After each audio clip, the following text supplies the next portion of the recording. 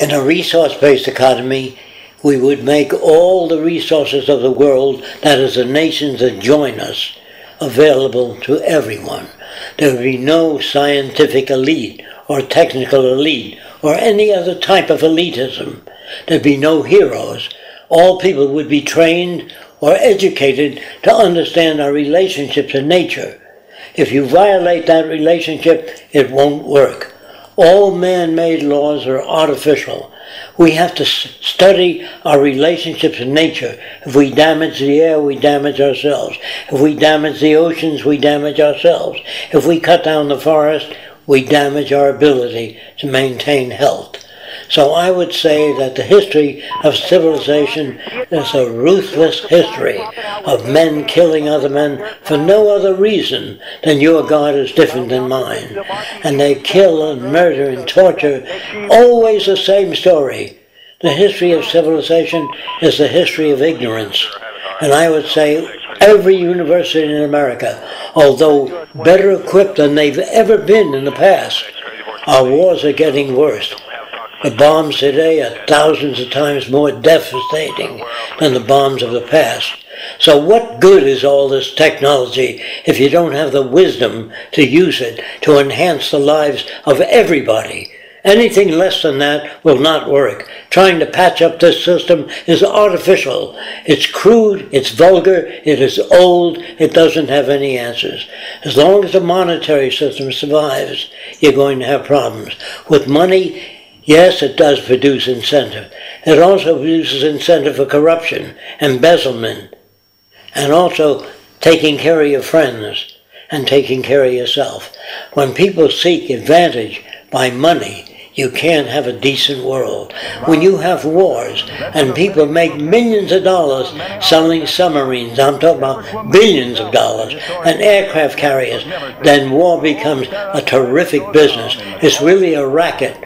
When they conscript a person to offer their lives to defend this country, they should conscript all the war industries so no one makes a buck out of war. Then it's real. I've never known a war of that kind. Jacque, can you describe what your future would be like? The future? People would study whatever they wanted to study. There'd be art centers, music centers, cultural centers, open to everyone without a price tag. There'd be no banks, no investment brokers, no advertising, no commercials, no armies, no navies, no prisons, and no police. When humans have access to the necessities of life, they do not steal. If you don't understand that, imagine people living near a big waterfall with fresh water, lots of it. No one comes at night and steals water. When people have access to the necessities of life, they do not steal. This system is one of increasing debt, human suffering, and also freedom. The word freedom means you're responsible for whatever you do. I say that people are not responsible. I feel that if normal people were raised as babies by the headhunters of the Amazon, they would be headhunters. If you took a Jewish baby and raised him in Nazi Germany by a Nazi family, he would be a Nazi. That people reflect their culture. If you don't understand that, people raised in Italy speak and use their hands when they speak. Same in France. Come on, eat, it's a good food. But that is not a unique quality of the individual. That's what he picks up from his environment.